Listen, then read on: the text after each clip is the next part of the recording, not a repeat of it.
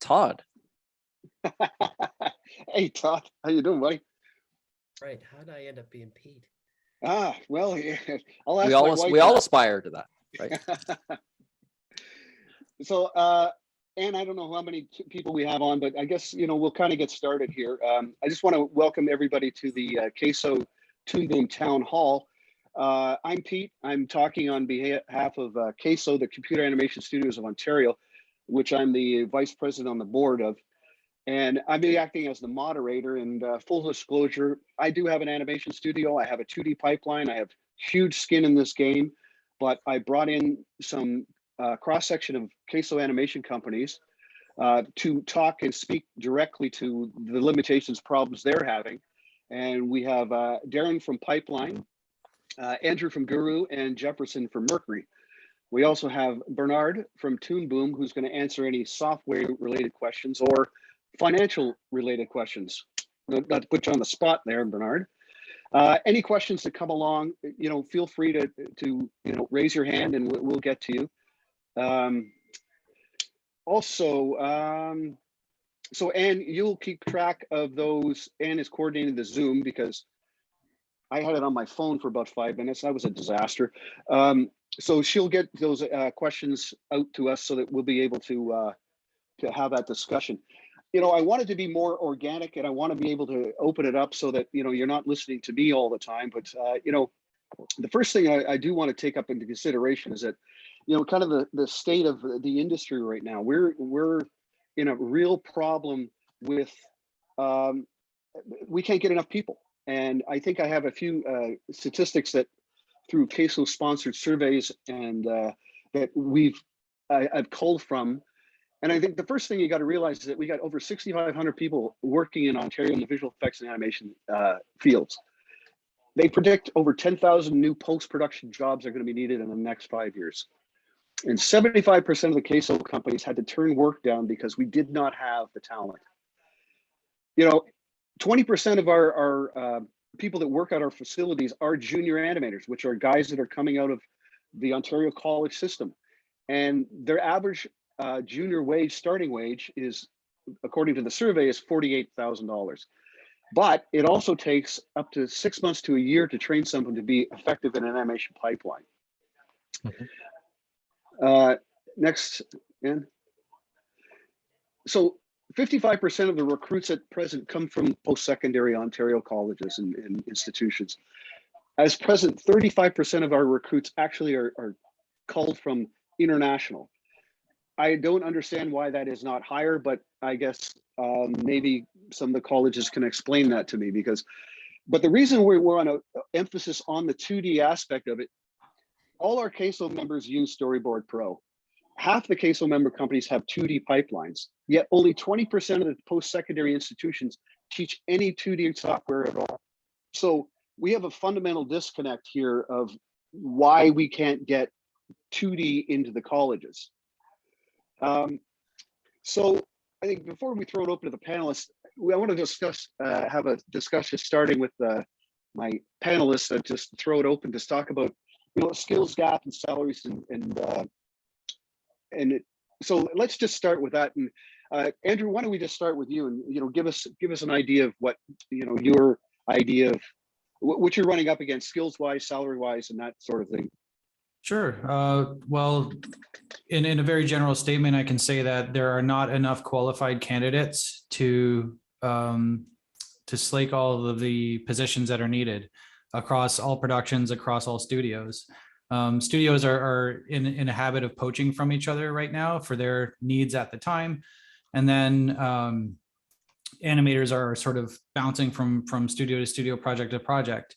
The industry is incredibly hot right now. And as I said, there just aren't enough qualified candidates. So when that's the case, you generally look to schools to see who's, young up and comers who can step in and perform right away. And you'll find at any graduating group, you'll find a small handful that look like they're capable and ready to go. But as you mentioned, on average, I think that's about a right figure, that it takes about 6 months to a year to take the average graduate out of school and get them to be an effective performer on the show. It's usually about 6 months to a year of pretty much pure struggling and them starting to get it and using a lot of resources from mentorship within the studio to get them up to a level that's consistently delivering what we need. So there is a dearth of talent available to the needs of productions out there. Jefferson, what's your take on that? You're muted. For 2 years, I'm still getting told to unmute. Yeah, no, I totally agree with Andrew. It's you know, this industry has it's been growing at a steady pace. And, you know, what we are doing is, you know, it's a skill set that, you know, you just don't walk into and start being able to execute on. You need to be taught up, trained up in how to use, not just in the artistic end of things, how to be an effective artist and to train the eye as to what's appealing, but you need to be trained up in how to use the industry standard tools. You know, I know we highlighted in that slide that, you know, Storyboard Pro is an industry standard when it comes to storyboarding. Harmony is an industry standard. You know, over the last, you know, we've been using Harmony at Mercury since its inception. And, you know, for many years, we were one of a few studios in Canada using it. Now everyone's using it. And so the tool sets of you know, what artists need to be able to have a solid foundation and understand what to use is just as critical. And it is, you know, I think right now with the current market and how things will continue to progress, ensuring that people are equipped and prepared and have this available to them at the school level is really important. Because once you step into the studio, there is still a paradigm shift that they have to adjust to. There's a different pace from school to industry, which makes it just that much more challenging if they don't even know how to use the tools effectively. Darren, you want to jump in there? I'll just echo Andrew and Jefferson, but also go this next step is that, you know, nowadays the audience demands and, you know, the sophistication of what they're looking for, the technical components are even more advanced than ever before, especially in the Toon Boom softwares. And that's that's even larger bottleneck, trying to find the people who have that, you know, base knowledge of Toon Boom so they can even start to go into the technical components for rigging and get these things ready for animation. It's almost impossible to find those people. You know, that's a great point.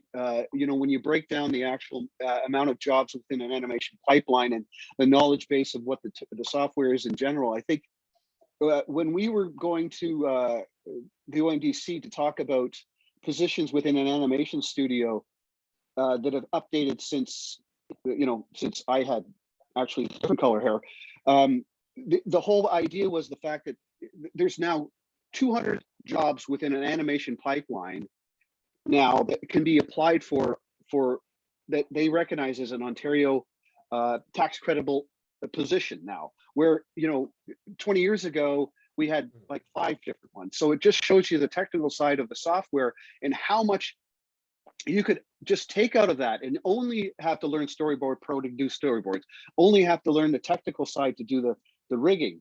You know, I think that's what really we need to emphasize, the fact that, you know, there's parts of the software that you can just specialize in and go into Pipeline and Guru and Mercury and just and fit in right away. Especially because the series, like the, you know, the main series or project or whatever you're making, that's just the center hub of many spokes coming out of that. And, you know, for the digital games, and there are extensions of the main project, even those roles, you know, having Toon Boom is a necessity to get things more efficient and keep it moving nicely and make it look great when you make the games from the project you're making, right? Yeah. And it's growing. Like let's face it, in the last we're even expand, you know, 2D animation is expanding into the visual effects end of things, where shows like Arcane and What If from Disney, you know, both of them are 3D shows, but the effects are 2D animated.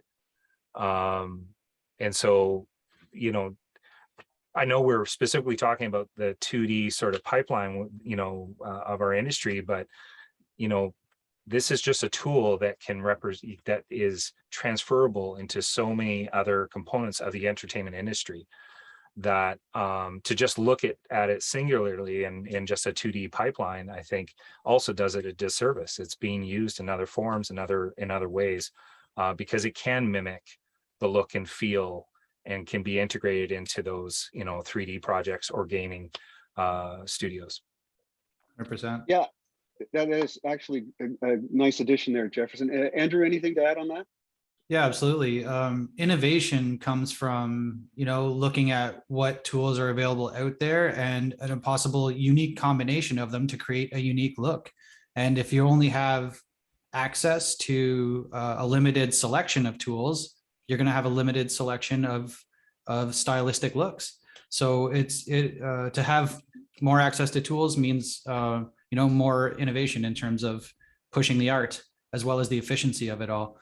More and more clients are asking for to produce work at a higher rate at hopefully a lower cost in their mind.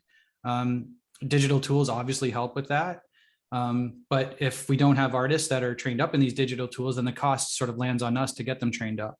So definitely bringing digital tools for 2D earlier in college programs is essential if they have them already. I think that right now, on average, if you have a 4-year program, the digital tools come in maybe 3rd or 4th year, and 2 years is spent in art fundamentals and traditional animation, which is very valuable skills. I'm not going to discount that, but how many animation jobs are in a traditional field in terms of specifically animating? Sure, design and a lot of those elements are strictly 2D. But in terms of animating, it's very few and far between shows that are traditionally done. It's almost niche.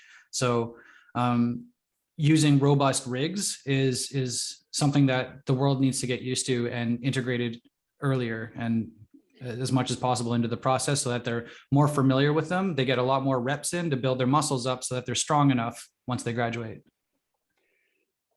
Great point. One of the things too is that we all realize the college curriculum, changing them can be quite egregious. They just not a real, why fix something that's not broken? And I think collectively, I have a different philosophy that we don't have to do wholesale changes to get the curriculum to introduce animation software earlier, just to expose the kids to it. And the other CASO initiative that I'm heading up as well is that we're working on something that we've done with the TSB board in Toronto is we're introducing animation software to high school kids to help the colleges better recruit, because they're not even getting exposed to this software. And now we've reached out all over Ontario, and we're having a pretty good success at just getting these kids to do a day session where they'll work with Harmony and they'll just play around with it, where they're getting exposure. Kids that might never have even thought of animation before, we hope are going to start to think of animation, and they're going to think of 2D animation. That's part of the biggest thing that, another CASO initiative that I'm very, very passionate about. Because if we can't have the kids getting into the program, you guys are not going to have the recruits. We're not going to have the people. But it all goes hand in hand to me. So maybe, Bernard, this might be a good time to talk about, Toon Boom in general and how it might be introduced into the college curriculum and any of the price limitations.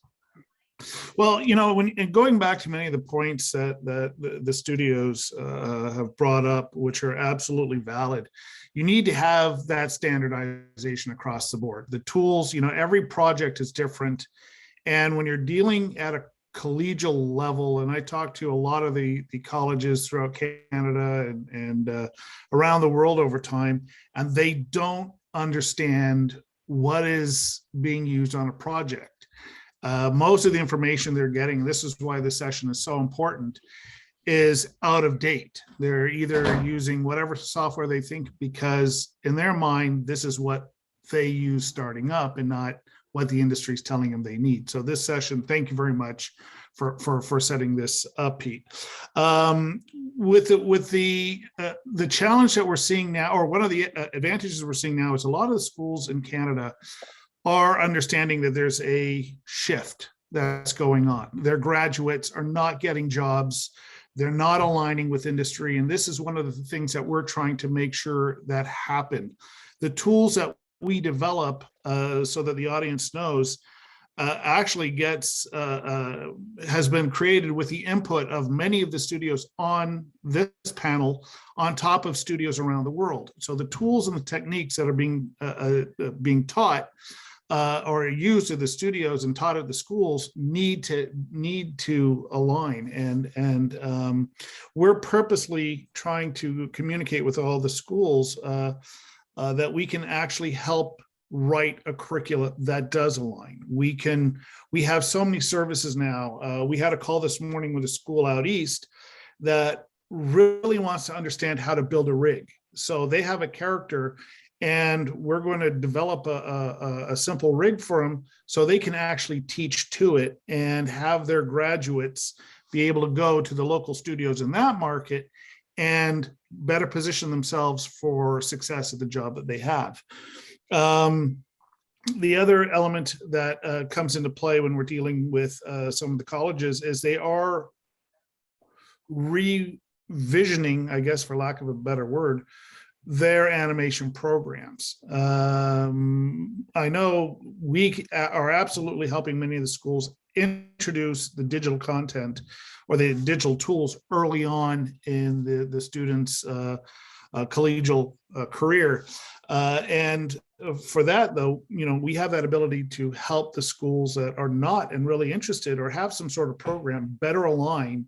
So those graduates, once they come out at the 2-year, 3-year, 4-year mark, can get a job and successfully stay in a company. Everyone talks about job placement. And for me, the words that are align is job retention.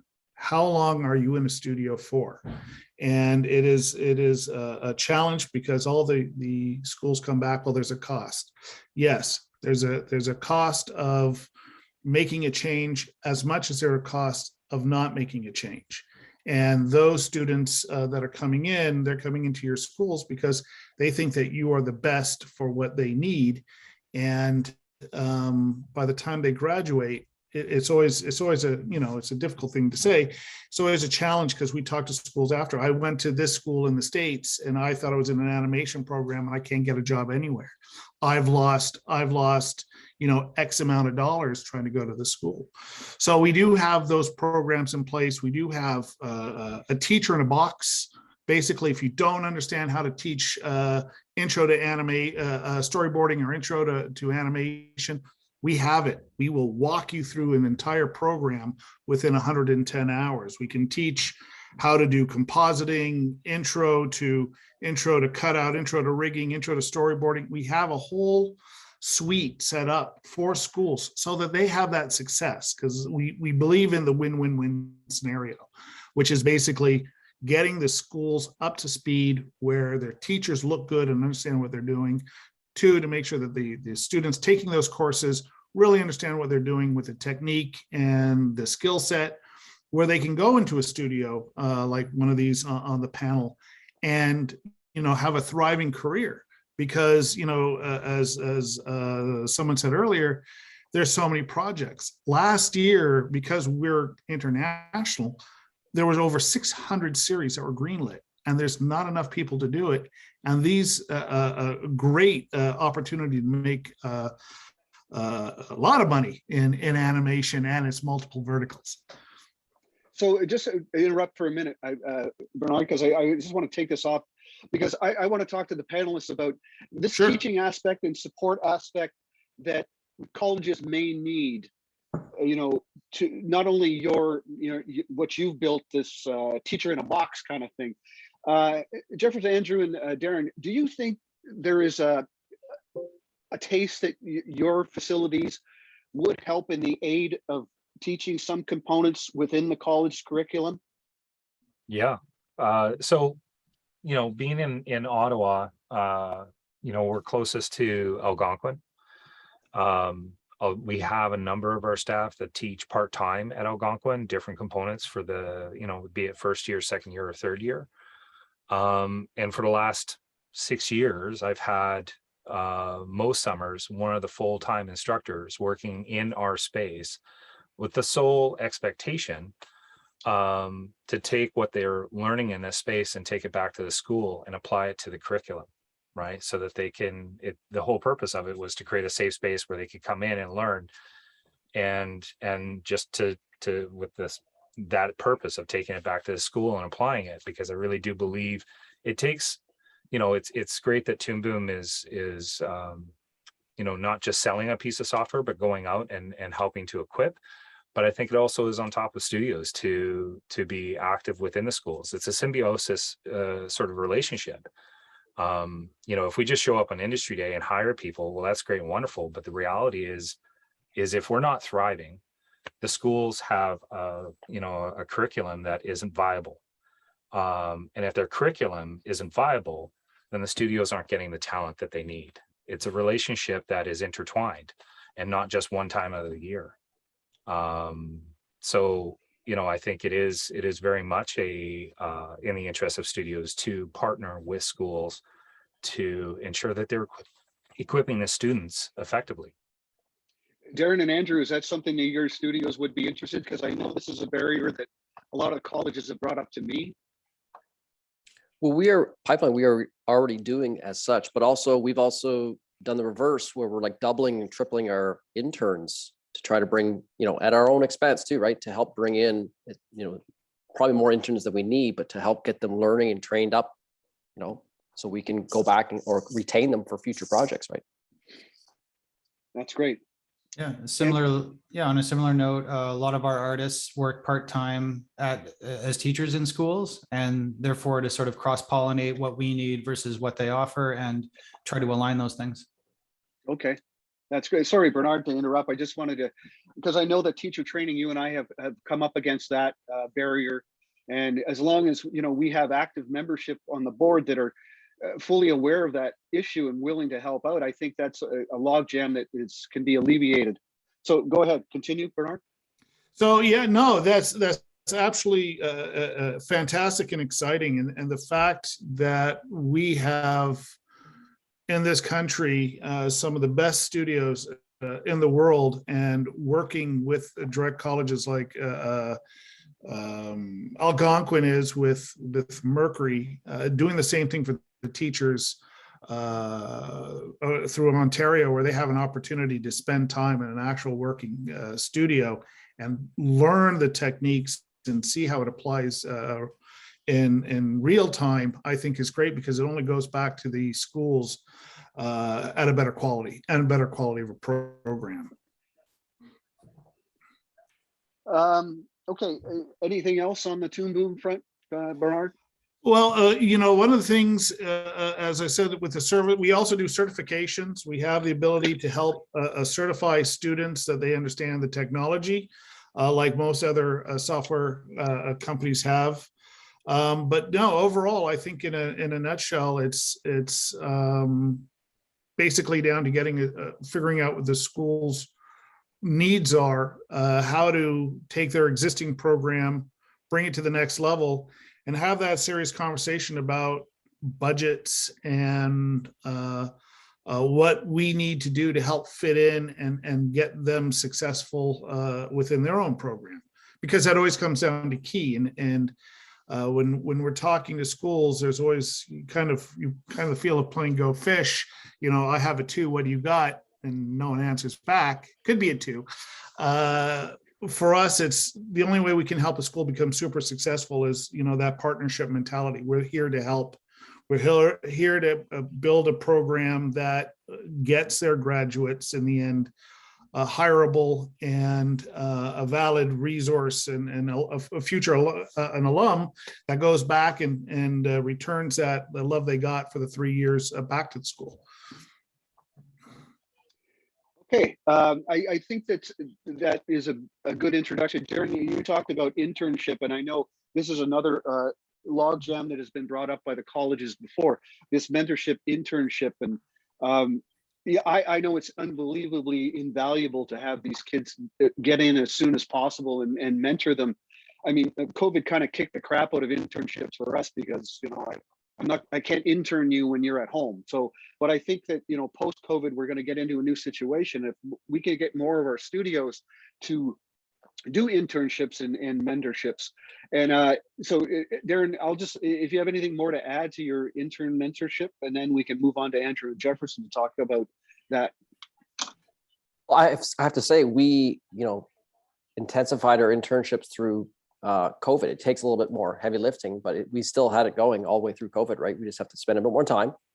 But we kept it going, and we want to continue that effort. But it is at the expense of the studio, and it's the studios haven't, as you were saying, Andrew, budgets, got to be mindful of those all the time. So, we try to find that balance of bringing on as many as we can, and also, make profit too, right? Yeah, that's the hard part. How many internships do you usually go for? Is it organic? Do you just kind of as needed, or do you kind of, hey, we got to get at least 5 in here? We take around 20. Wow. Right. You usually take around 5, but like I said, we're trying to do what we can to help and bring people on and get them trained up. So That's huge. Yeah, it's a lot, but it's a lot of Yeah. fun. And they really enjoy the experience too. Andrew, how's Guru on that? We usually take about 3 to 5. It's usually kind of one per department. We're conscious not to bog down our mentors here because we also have to mentor the staff here. It's typically the burden sort of falls on the studio to with how much resources it takes to get an intern to perform by the end of their internship at a decent level and get some quality material that they can put on their demo reel. So it's very much to the benefit of the student. There's really no benefit to the studio except for the relationships that you build, the rapport that you build, and the insight into giving back to the schools to let them know what's effective and what we need from them. But like I mentioned, like if graduates are not equipped to do the job right out of the gate, then an intern in 3rd year is even less so. So it really falls on the studio to. Yeah, you're right. And we've had to extend ours too, right? Like we've had to extend the duration of internship to make sure that they can actually contribute too, right? Because it's not a make work thing. You're actually on a show and trying to help, right? Trying to help. So you're right. It falls to the studio to try and cover that gap so they can start, and our awesome team for trying to put in the extra time to help get them up to speed, right? To put it in perspective, a 3-month, let's say it's 3 months for the summer internship. The first entire month is just straight up training. You couldn't expect any intern to just walk in and start performing. So the first entire month is that. And then if this is a very, very advanced student, they might be equipped to taking on a half quota. So 50% of what a full performing animator would do on the show. That's after 1 month of training. That's actually pretty rare that person's even ready for half quota at that point to hit the quality needed. They might try, and then then the next month, let's say they try to reach that bar, it's typically going to fall short of that. That work now has to go into a senior animator who has to polish it up and make it look to the necessities of the show. By their 3rd month, they might get 10, 20 seconds in of usable material on the show. So you're talking about a 3-month commitment for about 20 seconds worth of footage.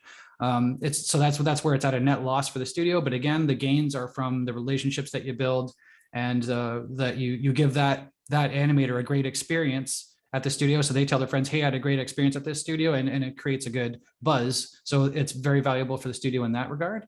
And just, on a personal level, it's great to mentor students and see young talent rise up and get their game up. But in the end, you're looking at, so that's like 20 seconds is roughly, on average, what a weekly quota for an animator is. What a school should probably be asking themselves is how many times in their curriculum are they putting their students through that ringer? How many times are they putting a sequence in front of them and saying, you have 1 week to animate this 20 seconds, or give them 40 seconds and say you have a week to block it, a week to animate it. That's a pretty traditional pipeline sort of schedule for an animator. If the answer is 0, that they never get a chance to do that, I think that's a big problem, because they've never once had a dry run at the experience that they're expected to do for money once they've graduated. So, in their 4th year, typically it's a lot of experimental filmmaking, which again is wonderful for artist exploration, expressing themselves artistically, possibly winning an award. And isn't that lovely if they do? It's great notoriety for the school. But is that the best way for them to prove capability that they can animate 20-ish seconds a week on a TV series like Paw Patrol? Sometimes it doesn't exactly translate, and it's hard to look at that person's work and say, will that translate? It's kind of a gamble. So if a school, if the job that they're looking to do is animate 20 seconds in 1 week, that should be really the final part of the course that they do to assess their fitness, I think. Yeah, that's If a I good may- point. Sorry, Bernard, let's let Jefferson have his Sure. take on this, and then we'll come to you. Yeah. sure, Yeah, it's- yes. So we've been taking on interns for years. We even take on high school co-ops. And we've been doing that since That's early great. 2000s when we set up shop here in Ottawa. As for interns, I totally agree with everything that Darren and Andrew said. I think the one thing that schools really need to be mindful of is if internships are something that you find it's a struggle to get people to have those internships, I think it really comes back to, you have to understand that this is an investment on the studio's part into people that they might hire and they might not. And so there is a requirement that they have confidence in the program being taught.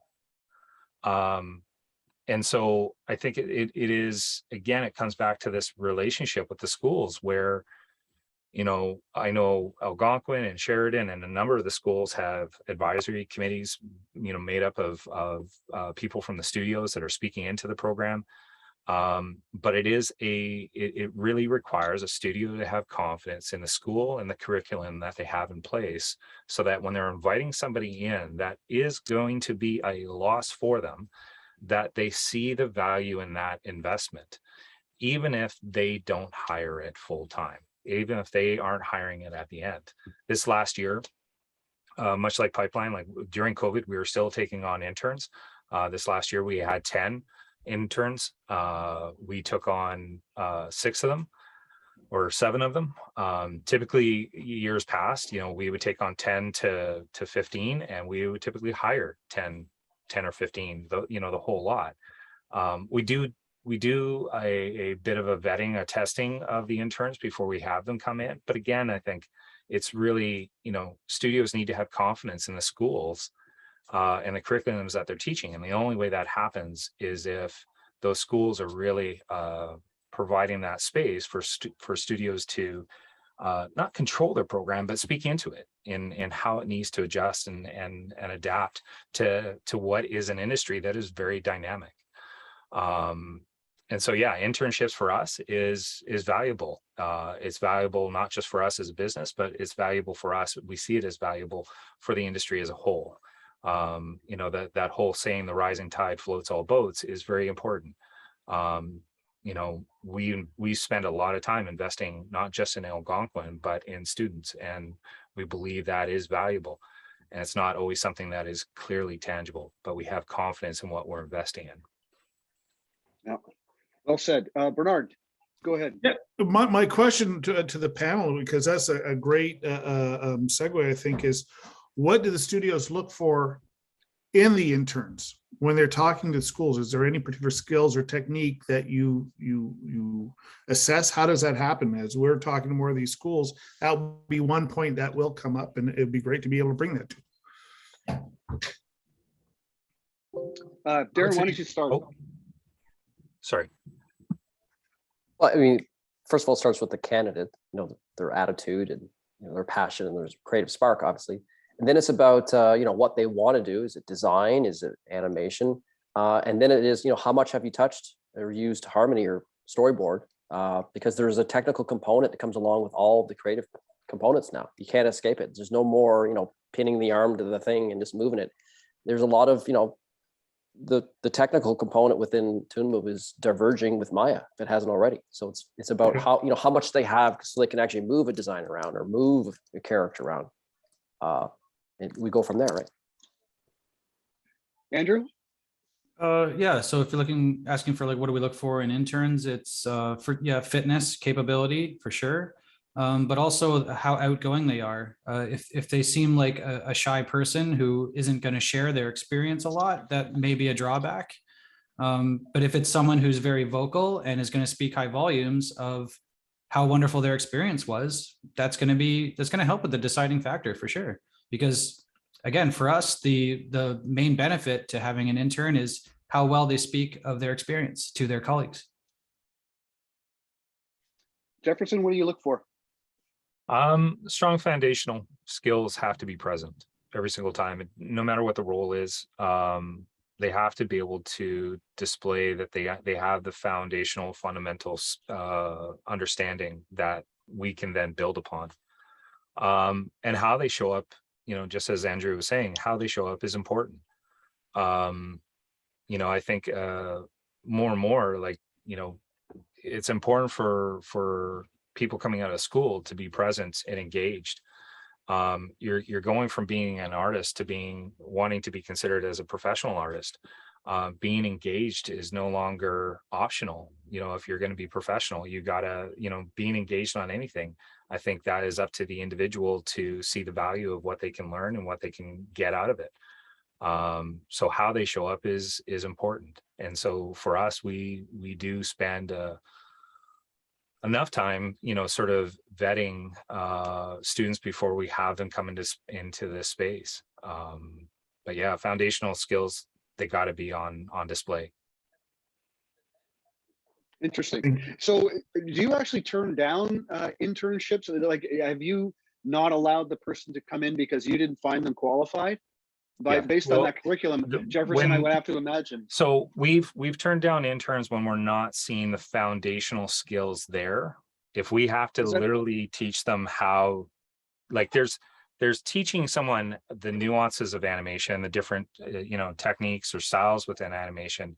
But if they don't understand squash and stretch and that sort of stuff, then that makes it, that makes that period of time that they're in the studio that much more laborious. And we're here to mentor them, not actually teach them.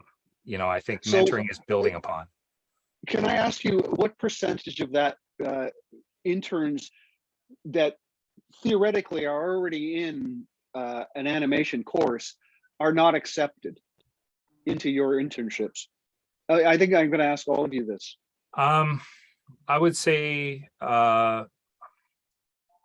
I don't have the exact number in front of me, but I would say, historically, I would say it was probably about 30% to 40% on a bad year. And that's, that becomes a very identifiable sort of component that, okay, maybe we need to spend more time in the school. Like what's missing? Where is the component that's missing, and what do we need to do to help turn this around? Darren, have you turned internships down because they're not qualified to your mind? Yes, we have. I'm trying to figure out a number. It's hard to get an exact number because there's a lot of factors. Because it is the attitude too, right? It is the attitude, because when they come in, you want them, when you're not, we're trying to be there to help as much as we can, obviously, but when we're not there, we want you to poke around and keep pushing yourself. I'd say it's roughly the same as what Jeffrey was saying. Around there, maybe. Andrew, what about Guru? Similar, but I think I would go a little bit less and say 25% seem like they're qualified enough to take on. Okay. Yeah, I mean, that's actually a big gap that I never thought we'd actually suss out of this town hall, is that there is a direct disconnect, as Jefferson says. It's the fact that, if we can't take them in as interns with the basics of what we need them to do, something's wrong at the college level. But again, we're not here to talk about college curriculums. We're talking about what we need, because as everybody knows, it's all about us. I think that, yeah, go ahead. One thing I would add, just from a studio standpoint, which is something I found helpful, is when we've had people apply specifically from Algonquin, and because we work with Algonquin a lot, and we're not the only ones, Jamfield, Atomic, Big Jump, PIP, they're all part of the advisory committee, and they do all, have part of their staff, volunteer, or not volunteer, but train and teach at the college. When when this has sort of, when we've looked at a bunch of interns, what we typically do as well is we go back to the college that have been working with these students for 2-3 years and going, hey, do you think this person is a good fit? Because we're currently not seeing it. And there's been times where people have said, oh no, you know what? They just need a little bit more time. You know, we're working with them. They're going to be maybe better suited for you, you know, in 2-3 months, or better suited for someone else, you know, someone in the industry. They just need a couple of more months to really get this down. And we're working with them on that. And so I think taking on internships isn't just having people apply, but is having that line of communication with the school to have them speak into it, because they, you know, most of these schools, if they built the relationships with the studios, they know, because there's also a matter of, you know, some studios, just how they work, the methodologies, what their pipeline is, you know, some are better suited for other studios. And I think having this school, the full-time instructors speak into that has also been very valuable. Again, it's you know, the relationship between studios and schools, I think, are very much intertwined for the benefit of Yeah. both. Yeah. Bernard, anything to add to that?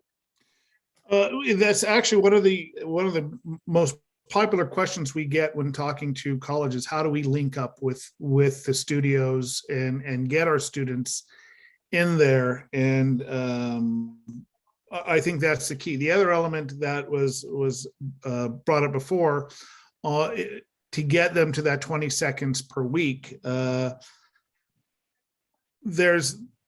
and again, it's not a commentary. It's just that the schools are afraid to be a little sterner with the students. And that's something that we're trying to help them understand, that the moment that the kid graduates and walks into a studio, from them going from 5 seconds of animation all the way up into whether it's the 20 to the 60 seconds, it's going to be complete shock to their system. So there has to be some sort of structure developed to really make these guys harden. Because if you were being a surgeon and you're coming out of a medical school and you're walking into a hospital, it's a totally different world going in. And you know, working with those schools to really help them understand and give them the guidance that they need is absolutely key. For us, is that partnership with the schools, like we do with the studios. Yeah. You know, I think that, you know, as CASO and the governing bodies of Computer Animation Studios of Ontario, you know, we can help with the fact of reaching out to our membership on behalf of the colleges if they're looking for internships. So they're not, I know everybody has their relationships, but, you know, I can tell you firsthand, there's not every CASO studio takes interns. And I think that we can be more proactive about that as our membership, and I will put myself in charge of that committee to be able to, if colleges need internships, they can reach out to me at CASO and I can put it to our memberships, because I think this is incredibly important. It helps everybody, and you guys have emphasized it tremendously. We only got about a few minutes left. I want to start putting out for some questions if there are any. I mean, if there aren't, I mean, we have Bernard can answer. You can reach out to us individually. But do we have any last comments from the panel before we get to the question and answer? Sure. Yeah. One topic we haven't really touched on is IPs, like, you know, new properties, original ideas, things that, you know, the world can look at and say, oh, that's a show that was made in Canada. 2D is usually the best way to launch something, because it's not as heavy as trying to launch a CG show, which is a much more of an undertaking. Get all your models and everything and all the rendering sorted out and all that. It's much more plausible to get your idea across in a 2D format. So the more access to Toon Boom and to take it to, you know, a level beyond just, you know, a scribble on a napkin, so to speak, is, you know, introducing that software as early as possible so that young artists can get their ideas on screen in a robust way and hopefully get a show pitched and get it done in an efficient manner that it's cost effective enough for the client to go, oh yeah, we could produce this, you know? So IPs is a big reason that 2D could be more embraced. Great point. Darren, any last words? I'll echo that, but I also want to say, I want to take it back to the 20-second thing, because I think I just want to be more specific that when we say that hitting that 20-second mark, I think we are all saying it's with a rigged character to a certain degree of technical proficiency, right? Because you can use Toon and just draw 30 seconds pretty quickly, which some of the schools and students do, which is fine because it still shows their skills and their foundation in animation. But the one gap that's harder for the students to take on is that if a student hasn't fooled around with a rig that has some level of technical sophistication, that's where we really have to jump in and kind of bridge that. Jefferson, anything to end with? I think the other thing that I love what I'm seeing is, when I started this in this industry, it was a bunch of dudes. And now when you go to the schools, the panel's not offended. yeah, look by at the that. panel. But when you go to the schools, the demographics, it's primarily women. But then ethnically, the diversity that is reflected in the schools is growing astronomically. One of the areas that we've started to see a change in and seeing more coming in is the Indigenous community, which is great because the Indigenous are foundationally storytellers. It is rooted in their culture. And so I think Canada has this wonderful, because of the diversity of Canada, we have this wonderful opportunity to really help the next generation become storytellers that reflect, a multitude of cultures and values, not just within Canada, but around the world. And that for me is really sort of exciting. That I think the challenge is I would love to see a lot more high school students know that animation is a viable career. And that's interesting because my goal going to the high schools is to go into the areas in the Toronto area that, kids that would normally never even think of animation, that have this basic talent that he introduces. Yes, you can go here. You don't have to spend $16,000 a year to go to school. There are places you can go and learn this and introduce that. And that's one of my biggest goals, Jefferson, is to get that done. Yeah, because it's like I know for myself and a lot of my colleagues, we didn't know animation was a viable career until we were well into our 20s. Right. And so this is something that I think, I would love to see. I think Canada has always had a great representation of artists. I think when it comes to the animation, storytelling, it's an area that is grossly under tapped, appreciated, and it's an area that has a lot of growth potential by far, and it can stretch and go out far beyond our own borders. Absolutely.